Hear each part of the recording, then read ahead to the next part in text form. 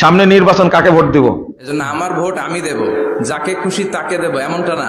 কে কোন দলের ওইটা পড়ে, কিংবা সামান্য পয়সার লোভে আপনি যদি কোনো খারাপ মানুষকে নির্বাচিত হতে সহায়তা করেন, তাকে নির্বাচিত করব, তিনি ইনসাফ প্রতিষ্ঠিত করবে এমন মানুষকে নির্বাচিত করতে হবে। আমার ভোটে নির্বাচিত প্রার্থী তিনি মেম্বার, চেয়ারম্যান, এমপি প্রমুখ যেই হন না কেন, যদি কোনো দুর্নীতি অপকর্ম করেন তাহলে তার এই গুনাহ কি আমার আমল নামায় কোনো প্রভাব ফেলবে? আমি কি গুনাহগার হব? আসসালামু আলাইকুম ওয়া রাহমাতুল্লাহ। প্রিয় দিনী ভাই বোনেরা, সামনে আসছে নির্বাচন। এই নির্বাচনে কাকে ভোট দেব? আমরা যদি অযোগ্য মানুষকে নেতা বানাই, ভোট দেই, তারা যদি সমাজে অন্যায় কাজ, পাপ কাজ করে বেড়ায়, এই পাপের জবাব কি আমরা ভোটারকে আমাদেরকে দিতে হবে? এ ব্যাপারে বিজ্ঞ হানাফি আহলে হাদিস আলেমদের মতামত শুনবো। কাকে ভোট দেব? প্রথমে আমরা শায়েখ আহমদুল্লাহর বক্তব্য দিয়ে শুরু করি। আমার ভোটে নির্বাচিত প্রার্থী তিনি মেম্বার, চেয়ারম্যান, এমপি প্রমুখ যেই হন না কেন, যদি কোনো দুর্নীতি অপকর্ম করেন তাহলে তার এই গুনাহ কি আমার আমল নামায় কোনো প্রভাব ফেলবে? আমি কি গুনাহগার হব? দেখুন, সূরা মাইদা 2 নম্বর আয়াতে আমাদের মাথায় রাখতে হবে, আল্লাহ বলেছেন ওয়ালা তাআওয়ানু আলাল ইসমি ওয়াল উদওয়ান, তোমরা পাপ এবং সীমা লঙ্ঘনের কাজে একে অন্যকে সহযোগিতা করবে না। আপনার ভোট যাকে দিচ্ছেন সেই লোক ভোট পেয়ে বিভিন্ন অপকর্ম করবে, এটি যদি সুনিশ্চিত হয়, আপনি জানেন, তাহলে জেনে শুনে সেরকম লোককে ভোট দেওয়া আপনার জন্য জায়েজ নয়। আর যদি এমন হয় যে লোকটি নানাভাবে নিজে ভালো হয়ে গেছেন সেটি জানিয়েছেন, অথবা তিনি ভালো পথে চলবেন সেটি তিনি সংকল্প করেছেন, তাহলে তার প্রতি সুধারণার বসে আপনি যদি তার কথা বিশ্বাস করে ভোট দেন তিনি ভালো কিছু করবেন, তাহলে সেক্ষেত্রে আপনি গুনাহগার হবেন না ইনশাআল্লাহ বিইذনিল্লাহ। অথবা একজন মানুষ ভোট দেওয়ার সময় তিনি আসলে এরকম খারাপ আপনি জানতেন না, পরবর্তীতে তার খারাপ গুণগুলো প্রকাশ পেয়েছে, তার আসল রূপ প্রকাশ পেয়েছে, সেক্ষেত্রেও আপনি গুনাহগার হবেন না ইনশাআল্লাহ। কিন্তু জেনে শুনে দলীয় টান অথবা কোনো বিশেষ দলের প্রতি অন্তর্ভুক্তির জায়গা থেকে, কিংবা কোনো ব্যক্তির প্রতি ভক্তির জায়গা থেকে, কিংবা সামান্য পয়সার লোভে আপনি যদি কোনো খারাপ মানুষকে নির্বাচিত হতে সহায়তা করেন আর সে নির্বাচিত হয়ে অপকর্ম করবে, আপনি জানেন বা ধারণা আছে আপনার, এরপরও আপনি যদি সে কাজটি করেন, তাহলে তার সে সমস্ত অপকর্মের দায়ভার অবশ্যই একজন ভোটার হিসাবে আপনাকে নিতে হবে। অত্যন্ত গুরুত্বপূর্ণ একটি বিষয় এটি, এই জন্য এটাকে আমানত বলা হয় যে আপনি একজন অযোগ্য মানুষকে যোগ্য বলছেন, তার এটা আমানতের খেয়ানত করছেন, এই কাজটি করা যাবে না। আল্লাহ তাআলা আমাদেরকে বুঝার তৌফিক দান করুন। সব জায়গায় আল্লাহর প্রশংসা থাকার দরকার আছে না নাই? কিন্তু ভোট চুরি করা যাবে না, যাবে? ভোট হচ্ছে আল্লাহর পক্ষ থেকে অনেক বড় একটা আমানত। আর আমানতের ব্যাপারে in the day of judgement, কিয়ামতের কঠিন দিনে আপনাকে জিজ্ঞেস করবে কে? কুল্লুকুম রাঈন ওয়া কুল্লুকুম মাসউলুন আন রাইয়াতিহি। তোমরা প্রত্যেকে দায়িত্বশীল, আর তোমাদের প্রত্যেকের দায়িত্বের ব্যাপারে জিজ্ঞেস করা হবে। চিৎকার করে বলেন ঠিক কি না? এজন্য আমার ভোট আমি দেব, যাকে খুশি তাকে দেব, এমনটা না, সৎ লোক দেখে দেব, ঠিক কি না? আমার ভোট আমি দেব, ইসলাম প্রিয় লোক দেখে দেব, যারা ইসলামের পক্ষে থাকে, যারা জনগণের বন্ধু, যারা দেশের টাকা বিদেশে পাচার করে না, যারা এক কলমের খোঁচা মেরে কোটি টাকা উধাও করে দেয় না, যারা আমরা বন্যায় কষ্ট পেলে আমাদেরকে দেখতে আসে, এরকম নেতার দরকার আছে না নাই? এই জন্য আপনার এই আমানত যে কোনো জায়গায় ব্যবহার করা যাবে না, যাকে মন চায় তাকে ভোট দেওয়া যাবে না। ভালো লোক দেখে, আমরা বিএনপি বুঝি না, আওয়ামী লীগ বুঝি না, জাতীয় পার্টি বুঝি না, জামাত ইসলাম বুঝি না, ঐক্যফ্রন্ট বুঝি না, কিচ্ছু বুঝি না। আমরা সাধারণ মানুষ বুঝি, যারা ইসলাম প্রিয়, যারা কোরআন প্রিয়, যারা আল্লাহকে ভালোবাসে, যারা জনগণের সুখে দুঃখে থাকে, তাদেরকে আমরা ভোট দিয়ে জয়যুক্ত করবো। চিৎকার করে বলেন ঠিক কিনা? মানুষে কোরআন মাজিদের আয়াত খুলে দেখাচ্ছে যে এই যে ভোট দিতে হবে, ভোট আয়াত পড়ে বলছে এই দেখেন আল্লাহ ভোট দিতে বলছে। তো ভোট তো হলো ইলেকশন। অতি মুচিও রাজা হতে পারে, জজ ব্যারিস্টার উচ্চ শিক্ষিত রাজা হতে পারে। আর সিলেকশন হলো ইসলামী নীতি। ওমর রাদিয়াল্লাহু তাআলা আনহু বললেন যে আমি তো দুনিয়া থেকে চলে যাচ্ছি, এই সাহাবীরা শোনা যে 6 জন থাকলো, 6 জনের মধ্যে তোমরা নেতা নির্বাচন করিও, 6 জন মিলে। তো বসে যেটা জ্ঞানীগুণী বসে যেটা করে তার নাম হলো সিলেকশন। আর সবাই মিলে চাকড়া ছুড়লো, হিন্দু মুসলমান বৌদ্ধ খ্রিস্টান সবাই মিলে যেটা করে সেটার নাম হলো ইলেকশন। তো ইলেকশনে কি আর ভালো মানুষ পাওয়া যাবে? সামনে নির্বাচন, কাকে ভোট দিব? আপনি বলেন কাকে দিবেন? সারা জীবন ইউসুফ জুলেখার কেসটা শোনালাম, আর এখন বলছেন যে জুলেখা নারী না পুরুষ? হ্যাঁ, আপনারা এতদিন কি বুঝলেন? তাওহীদের সাথে তাগুতের আপোষ চলে না, মনে থাকবে? আপোষ চলে না। বাংলাদেশে এখন পর্যন্ত কেউ ঘোষণা করেনি যে আমরা নির্বাচন করে ক্ষমতায় গেলে বাংলাদেশে মানব রচিত কোনো সংবিধান থাকবে না, সংবিধান হবে কোরআন এবং সুন্নাহ। বলেছে কেউ? কেউ বলেনি, কেউ বলেনি। 2 নম্বর, যে বাংলাদেশে কোনো মতবাদ থাকবে না, সব নিষিদ্ধ হবে। বলেছে কেউ? কেউ বলেনি।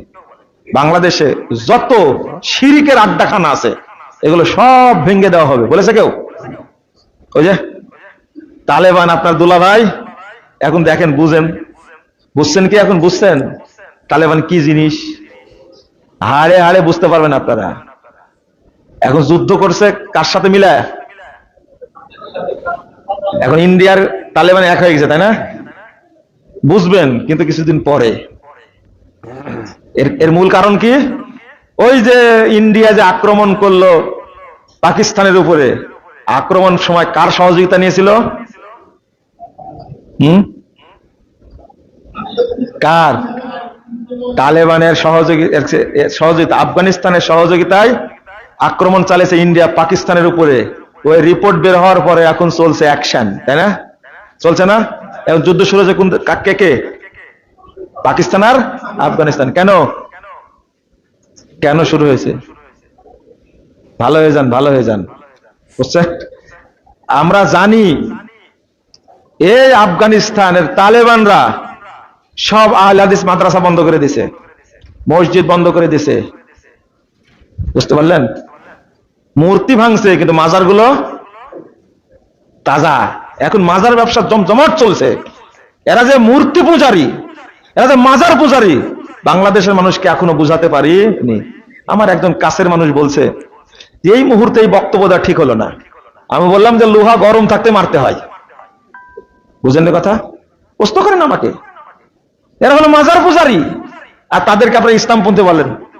বাংলাদেশে ওই মাজার পূজারীরা যদি হাত লম্বা করতে পারে, এইভাবে সুন্দর করে বসে আপনাকে মসজিদে আলোচনা করতে দিবে না। 5 আগস্টের পরে কতটা মসজিদ ভাঙছে দেখেননি?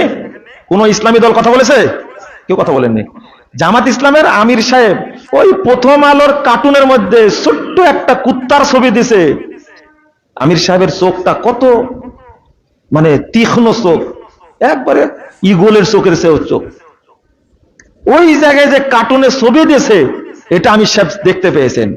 আহলে হাদিস মসজিদে আগুন দিয়ে ভেঙে দিয়ে পুড়াই দিচ্ছেন, আমির সাহেব এটা চোখে দেখতে পাননি। এটা আমার ক্ষোভ, এবং জানাইছি আমি সরাসরি। এটা ক্ষোভ। মন্দির পুষা যায় আর মসজিদ ভাঙ্গা যায়, তাই না? কি মন্দির পুষা যায় আর মসজিদ ভাঙ্গা যায়? কথা বুঝেননি? মসজিদ ভাঙ্গা যায় না আর মন্দির পুষা যায়। আশ্চর্য! মন্দিরগুলো পাহারা দেওয়ার জন্য কত রকমের কি কাজ করছে, আর আহলে হাদিস মসজিদ ভেঙে দিচ্ছে। চরমুনার লোক কিছু বলেছে? তবলিগ লোক কিছু বলেছে? আর এই যে ভাইরাস বক্তা, ধ্বজাধারী বক্তাগুলো কিছু বলেছে? কিচ্ছু বলবে না। ওরা মানসিক ভাবে চায় আহলে হাদিস মসজিদগুলোকে ভেঙে দেওয়া হোক। শুধু রংপুর ভাঙছে, গাইবান্ধা ভাঙছে, ব্রাহ্মণবাড়িয়া ভাঙছে, মুসল্লিদেরকে রক্তাক্ত করেছে। আর বাংলাদেশ আছে ইসলামী শাসন, এগুলো সব শয়তানি, এগুলো ইসলামের না। এ সমস্ত প্রশ্ন করবেন না, কষ্ট পাই। কাফের এরা। আমরা যাকে নির্বাচিত করব তিনি ইনসাফ প্রতিষ্ঠিত করবে এমন মানুষকে নির্বাচিত করতে হবে। এমন মানুষকে আমরা আমাদের জন্য নির্বাচন করতে হবে যিনি ইনসাফ প্রতিষ্ঠিত করবে। সূরা সদের 26 নম্বর আয়াতে আল্লাহ বলেন, ইয়া দাউদ ইন্না জাআলনাকা খলিফাতান ফিল আরদি ফাহকুম বাইনান নাসি বিল হক। এ দাউদ, আমি আপনাকে দুনিয়াতে প্রতিনিধি বানাইলাম। ফাহকুম বাইনান নাসি বিল হক, মানুষের মাঝে ইনসাফের সাথে আপনি বিচার করেন। দাউদ নবী ক্ষমতা পেয়ে প্রশংসা করল কার? সুলাইমান নবী ক্ষমতা পেয়ে প্রশংসা করল কার? তো দাউদ নবীকে আল্লাহ বলছেন, দাউদ ফাহকুম বাইনান নাসি বিল হক, আপনি মানুষের মাঝে ইনসাফের সাথে ফয়সালা করবেন, বিচার করবেন। এটা হলো আমাদের যিনি প্রতিনিধি হবে তার 2 নম্বর গুণ হবে এটা। সহিহ বুখারীর বর্ণনা 6788 নম্বর হাদিস। এই হাদিস লিখে রাখার মতো, মনে রাখার মতো, গর্ব করে সারা পৃথিবীতে বলার মতো। জাযাকাল্লাহ খাইরান। আপনারা ধৈর্য ধরে আলেমদের বক্তব্য শুনলেন। দেখেন এখানে শেখ আব্দুর রাজ্জাক বিন ইউসুফ এবং মুজাফফর মহসিন কটা কথা বলেছেন। আব্দুর রাজ্জাক বিন ইউসুফ যেটা বুঝাতে চাইলেন যে এই নির্বাচন ইসলামী পদ্ধতি নয়, কেননা রাসূল সাল্লাল্লাহু আলাইহি সাল্লাম মারা গেলেন, তখন বিজ্ঞ জ্ঞানীগুণী বড় বড় সাহাবীরা আলোচনা করে আবু বকর রাদিয়াল্লাহু তাআলা আনহুকে খলিফা নির্বাচন করলেন। এরপরে পর্যায়ক্রমেই তারা এইভাবে খলিফা নির্বাচন করেছে। রাষ্ট্রের সবাই ভোট দিয়ে নির্বাচন করে তারা রাষ্ট্রের খলিফা বা সরকার নির্বাচন করেননি। তারা অল্প সংখ্যক জ্ঞানী গুণী সাহাবীরা আলোচনা পর্যালোচনা করে তারা রাষ্ট্রের খলিফা নির্বাচন করেছে। এটাই হচ্ছে ইসলামী পদ্ধতি, যেটা 5 আগস্টের পরে ডক্টর ইউনূসকে ছাত্ররা নির্বাচন করলেন। এখানে যদি সৎ যোগ্য আলেম নির্বাচন করতেন তাহলে এদেশে ইসলাম প্রতিষ্ঠা হয়েই যেত। এভাবে দাওয়াত জিহাদের মাধ্যমে, শুরা সদস্যের মাধ্যমে পরামর্শ করে রাষ্ট্রের নেতা নির্বাচন হবে, নির্বাচনের মাধ্যমে নয়। আর মুজাফফর মহসিন কয়েকটা কথা আমাদেরকে বোঝানোর চেষ্টা করলেন। আমরা যদি চরমনাইকে সরকার বানাই, এদেশে আহলে হাদিসের গোষ্ঠী হবে না। তার কথার সারাংশ তো এটাই বোঝা যায়। জামাতে ইসলামের কোনো বক্তা কেউ আহলে হাদিস মসজিদ ভাঙা হলো তারা কিন্তু কোনো কথা বলেননি। এ কথা সত্য, স্বীকার করেন। আহলে হাদিস মসজিদ ভাঙা হলো তো আপনারা কিছু বললেন না, তাহলে কি আপনারা চান এদেশে আহলে হাদিস না থাকুক? আল্লাহ আমাদেরকে হেফাজত করুক। শেখ আহমদুল্লাহ যেটা বললেন, আমরা যদি অযোগ্য মানুষকে নেতা নির্বাচন করি, সে যদি সমাজে পাপ প্রতিষ্ঠা করে, এই পাপের জবাব আমাদেরকে দিতে হবে। আমরা যারা ভোটার, আমরা ভোট দিয়ে যদি অযোগ্য মানুষকে নির্বাচন করি, তাহলে এই পাপ কাজের জবাব আমাদেরকেও দিতে হবে। যদি ভোট দিতে যেতেই হয় তাহলে অবশ্যই সৎযোগ্য মানুষকে ভোট দিতে হবে। জানি না কথা বলা আমার কতটুকু ঠিক হবে, তবে আহলে হাদিস আলেমরা তারা কখনো ভোট দিতে যায় না, কথা সত্য। তবে আহলে হাদিস সাধারণ জনগণ তারা ভোট দিতে যায়। আল্লাহ আমাদেরকে সঠিক ইসলাম বোঝার মতো জ্ঞান দান করুক। দেখা হয় পরবর্তী কোনো ভিডিওতে। আসসালামু আলাইকুম ওয়া রাহমাতুল্লাহ।